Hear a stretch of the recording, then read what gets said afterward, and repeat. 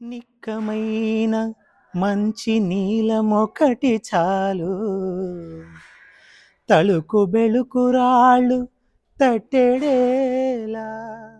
వేమన ఈ గుహలో కూర్చొని పద్యాలు రాశాడు అన్నట్టుగా ఇక్కడ స్థల పురాణం చెప్తుంది.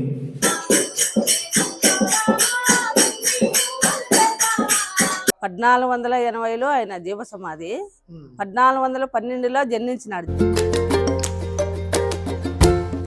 హాయ్ మామ, నేను ఈరోజు నా వ్లాగ్లో ఒక చాలా ముఖ్యమైన వ్యక్తిని పరిచయం చేయబోతున్నాను. ఆ వ్యక్తి పేరు చెప్తే మన తెలుగు వాళ్ళు ప్రపంచంలో ఏ దేశంలో ఉన్నా పండితుడైనా పామరుడైనా అతని పేరు చెప్తే ఖచ్చితంగా గుర్తుపడతారు. అంతటి గొప్ప వ్యక్తి. కవిత్వాల్లో పద్యాలలో ఆయనకు వచ్చినంత పేరు ప్రఖ్యాత ఎవ్వరికీ రాలేదు అనటానికి అతిశయోక్తి కాదు. అంత గొప్ప వ్యక్తి అనమాట. ఆ వ్యక్తి యొక్క జీవ సమాధి ఇప్పుడు నేను చేయబోయే లొకేషన్ అనమాట. సో ఇది వచ్చేసి సత్యసాయి జిల్లా కదిరి, దాని పక్కన గాండ్లపెంట అనే ఒక మండలం ఉంటుంది. ఆ మండలంలో కటారుపల్లి అని ఒక పల్లెటూరు. ఆ చిన్న పల్లెటూరులో ఆయన యొక్క జీవ సమాధి ఉంది. సో ఈ వీడియోలో ఫుల్ డీటెయిల్డ్గా దానికి సంబంధించి అన్ని చెప్పడానికి ప్రయత్నం చేస్తాను. సో చూస్తూనే ఉండండి. కొత్తగా ఎవరైతే నా ఛానల్ చూస్తున్నారో ప్లీజ్ సబ్స్క్రైబ్ చేయండి అండ్ బెల్ ఐకాన్ క్లిక్ చేసి నాకు సపోర్ట్ ఇవ్వండి. ఇలాంటి కొత్త కొత్త ప్లేసెస్ అన్నీ మీకు చూపించడానికి నా వంతు నా ప్రయత్నం నేను చేస్తాను. సో ఆ కవి ఎవరో కాదు, యోగి వేమన అనమాట. వేమన పద్యాల గురించి తెలియని వాళ్ళు ఎవరు ఉండరు. ప్రతి ఒక్కళ్ళు చిన్నప్పటి నుంచి స్కూల్స్లో కావచ్చు అన్ని చోట్ల పాడుకుంటూ వింటూ ఉన్నామన్నమాట మంచి మంచి పద్యాలు.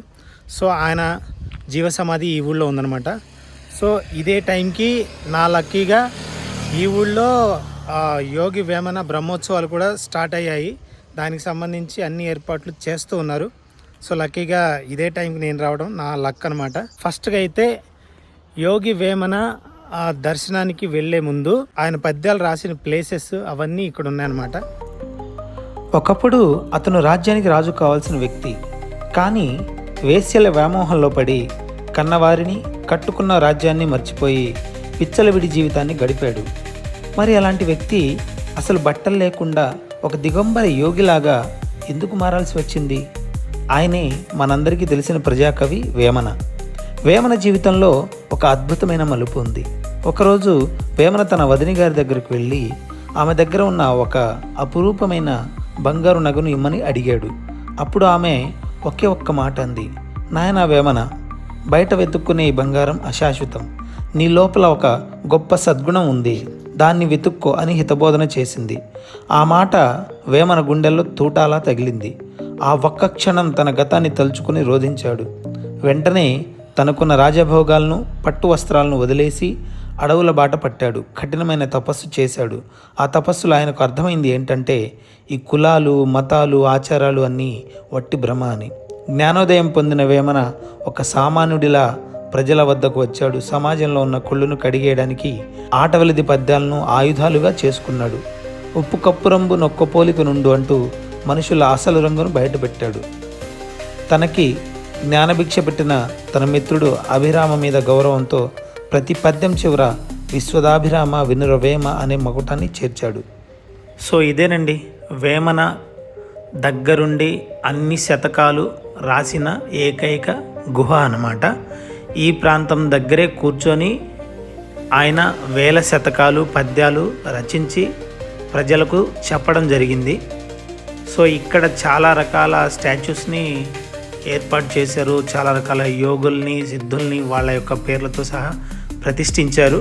జనాలు ఇక్కడికి ప్రతి ఏటా జనవరి 19 ఆ టైంలో ఉత్సవాలు చేస్తారంట ఈ కొండ మీద. సో అప్పుడు వచ్చేసి అందరూ ఇక్కడ పూజలు అవి చేస్తూ ఉంటారంట. ఇలా గోడల మీద కూడా పద్యాలు రాసి పెట్టడం అనేది చూడ్డానికి ఎంత బాగున్నాయి అంటే అక్కడే నిలబడి ఆ పద్యాలు చదివి వాటిని డీకోడ్ చేసి మంచిగా వాటి యొక్క సారాంశాన్ని గ్రహిస్తే మనకు ఎంతో జ్ఞానం కలుగుతుందన్నమాట. అంత మంచి మంచి పద్యాలు ఉన్నాయి. ఒక్కొక్కటి ఒక్కొక్క ఆణిముత్యం లాంటి పద్యాలు. మన తెలుగుని మన తెలుగు సంస్కృతిని మర్చిపోకుండా ఈ రకంగా ఏర్పాటు చేయడం అనేది నిజంగా హర్షించదగ్గ విషయం. నేనైతే చాలాసేపు వాటిని చదువుకుంటూ చూస్తూ ఉండిపోయాను. అలాగే ఆంధ్రప్రదేశ్లో వేమనకు గుడి కట్టిన ఏకైక ప్రాంతం ఇదొక్కటే అనమాట. చాలా పెద్ద విగ్రహాన్ని ఏర్పాటు చేసి ఇక్కడ ఉత్సవాలు అనేక పూజలు కూడా నిర్వహిస్తుంటారు. ఈ పక్కనే కొంచెం పైకి వెళితే ఒక గుహ లాంటిది ఆల్రెడీ ఉందన్నమాట.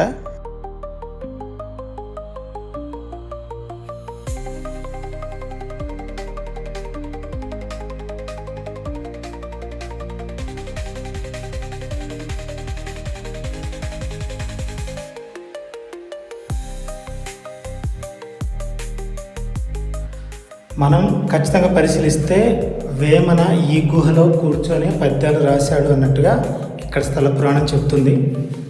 చూడడానికి అర్థమవుతుంది కదా, ఇదంతా ఒక గుహ. దాన్ని ఇప్పుడు కొంచెం మోడల్గా మార్చేసి కొంచెం బిల్డింగ్ లాగా కన్స్ట్రక్ట్ చేశారు. కానీ వాస్తవాలు మాట్లాడుకుంటే నిజంగా జరిగినవి కాబట్టే ఇవన్నీ ఉన్నాయి.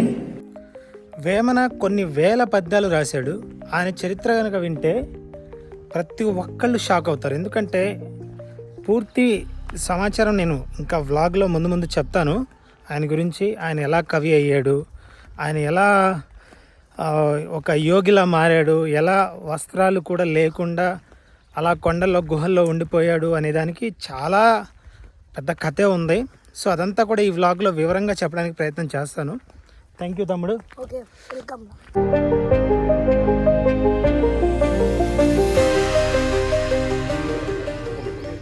ఇక్కడ ఉన్నటువంటి ఈ ప్రదేశంలో ఒక తపోవనాన్ని ఏర్పాటు చేయాలనేటువంటి ఆలోచన ఇక్కడ ఉన్నటువంటి అందరికీ కలిగినటువంటి సందర్భంగా ఈరోజు ఇక్కడ ఒక విగ్రహాన్ని ఏర్పాటు చేయడం జరిగింది, వేమన గారి యొక్క విగ్రహాన్ని. ఈ సందర్భంలో వేమన యొక్క విగ్రహాన్ని కూడా ఇక్కడ ఏర్పాటు చేయడం జరుగుతున్నది. దీనికి కమిటీ సభ్యులందరినీ ప్రత్యేకంగా అభినందిస్తూ ఇలాంటి కార్యక్రమాలు భవిష్యత్తులో ఎలాంటివైనా జరిగినా కూడా మేము ముందుంటామని చెప్పి తెలియజేస్తున్నాను. చాలామందికి ఆయన పేరు వేమన అని మాత్రమే తెలుసు, కానీ ఆయన అసలు పేరు కుమారగిరి వేమారెడ్డి. ఆయన కొండవీడును పాలించిన రెడ్డి రాజు వంశానికి చెందినవారు. ఒక రాజకుమారుడు సన్యాసిగా మారడం అనేది అప్పట్లో ఒక సంచలనం. వేమన పద్యాలు ఈరోజు మనకు అందుబాటులో ఉన్నాయంటే దానికి కారణం ఒక ఆంగ్లేయుడు, ఆయనే సిపి బ్రౌన్.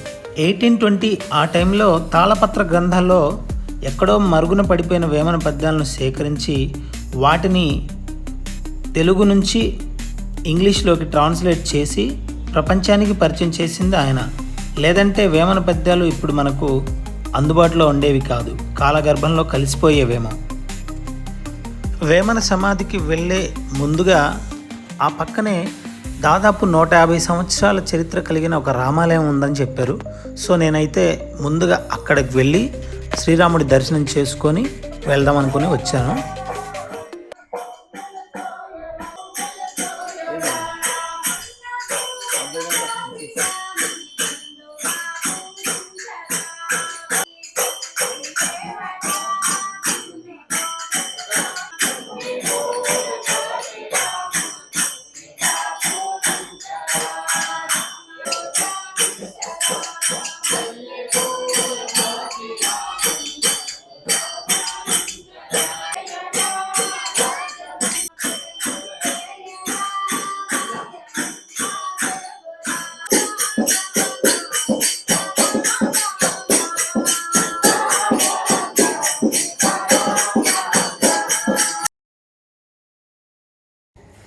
ఈ ఊరి జనాలు శ్రీరాముడి మీద భక్తిభావాలతో చేస్తున్న భజన నిజంగా అద్భుతంగా ఉంది. నాకైతే అక్కడి నుంచి కదిలి వెళ్ళాలి అనిపించలేదు. చాలాసేపు కూర్చున్నాను. అక్కడ నుంచి సమాధికి వెళ్ళే మార్గం ఇదనమాట. సో దగ్గరికి అయితే వచ్చేసాము. ఇదే యోగి వేమన సమాధి ఉన్న ప్రాంతం. సో బయట ఆల్రెడీ ఒక స్టాచ్యూ లాంటిది కట్టారనమాట. సో మనమైతే ప్రజెంట్ ఆ లొకేషన్కి వచ్చేసాము, యోగి వేమన సమాధి దగ్గరికి. సో వేరే మాస్టర్ గారు తెలిసిన వాళ్ళ ద్వారాగా నన్నైతే వాళ్ళు తీసుకొచ్చి ఇక్కడ చూపించారనమాట. ఇదే ఆ ప్రాంతం. సో వెనకాల ఉంది కదా ఈ ప్లేస్ అంతా ఆయన సమాధి అనమాట. ఇక్కడ ఫెస్టివల్ జరుగుతుంది కాబట్టి దానికి సంబంధించిన కార్యక్రమాలన్నీ చేస్తూ ఉన్నారు, ఏర్పాట్లన్నీ బ్రహ్మోత్సవాలకి. సో మనం లోపలికి వెళ్ళేసి సమాధి ప్లేస్ అంతా మొత్తం చూసేద్దాము.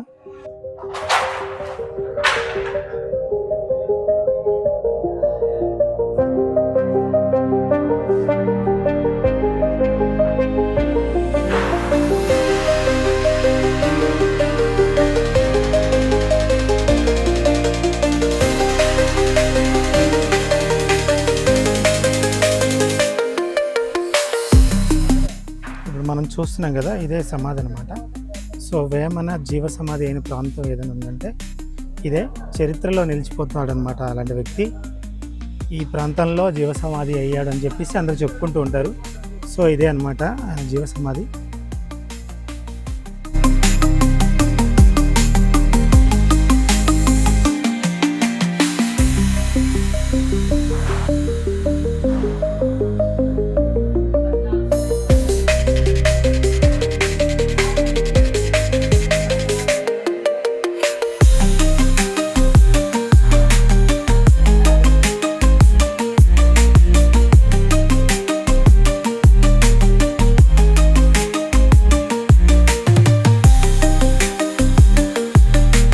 నిక్కమైన మంచి నీలమొకటి చాలు,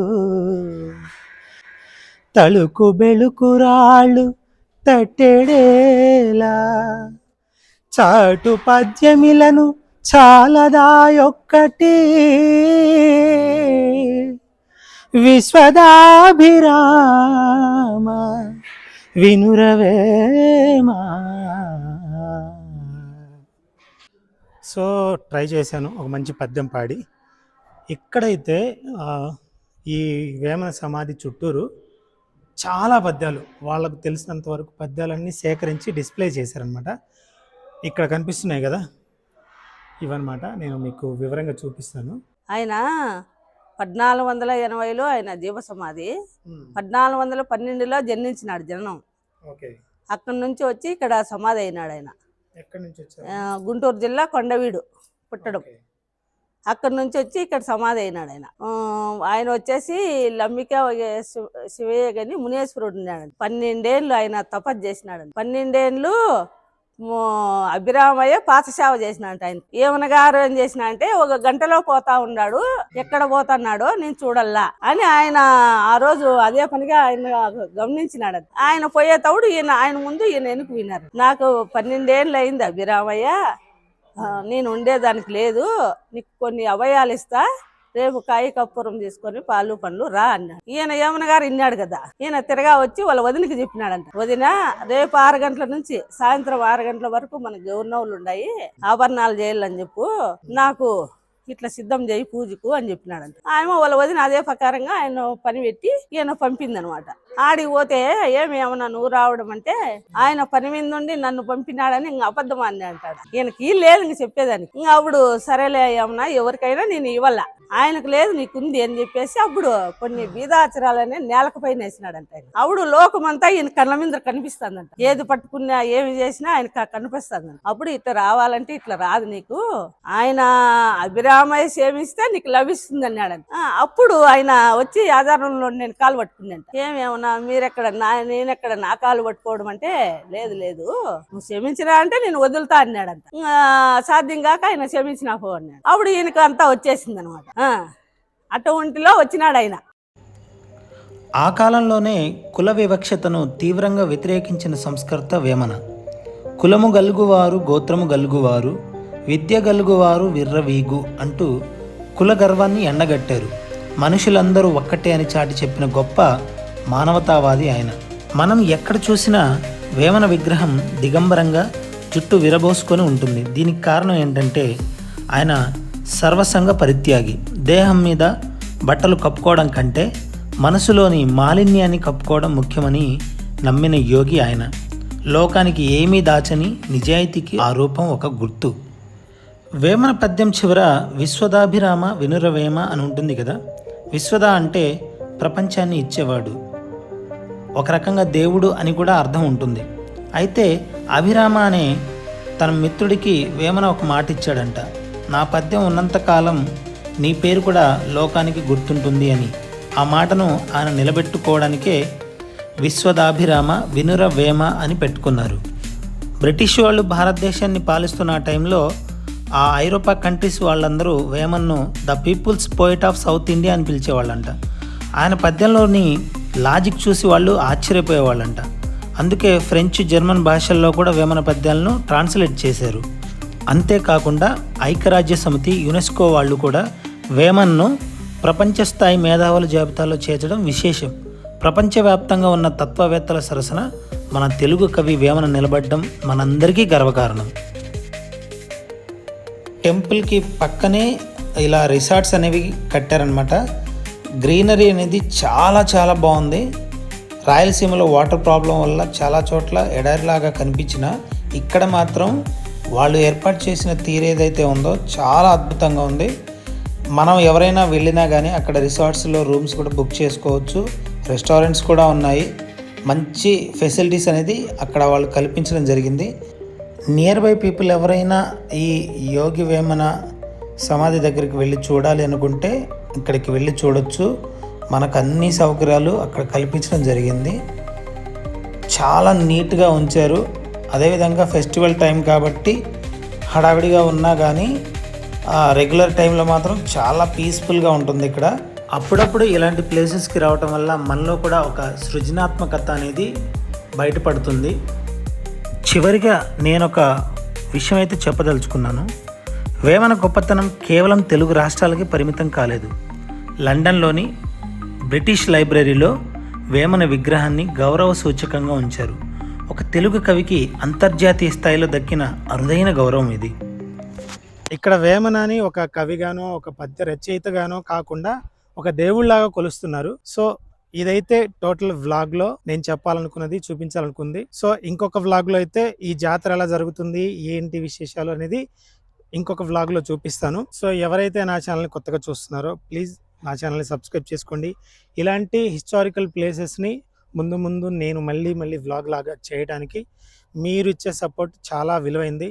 సో ఈ ప్రాంతాన్ని చూసిన తర్వాత మీకేమనిపించిందో కింద కామెంట్ చేయండి, మీ అభిప్రాయాన్ని తెలపండి.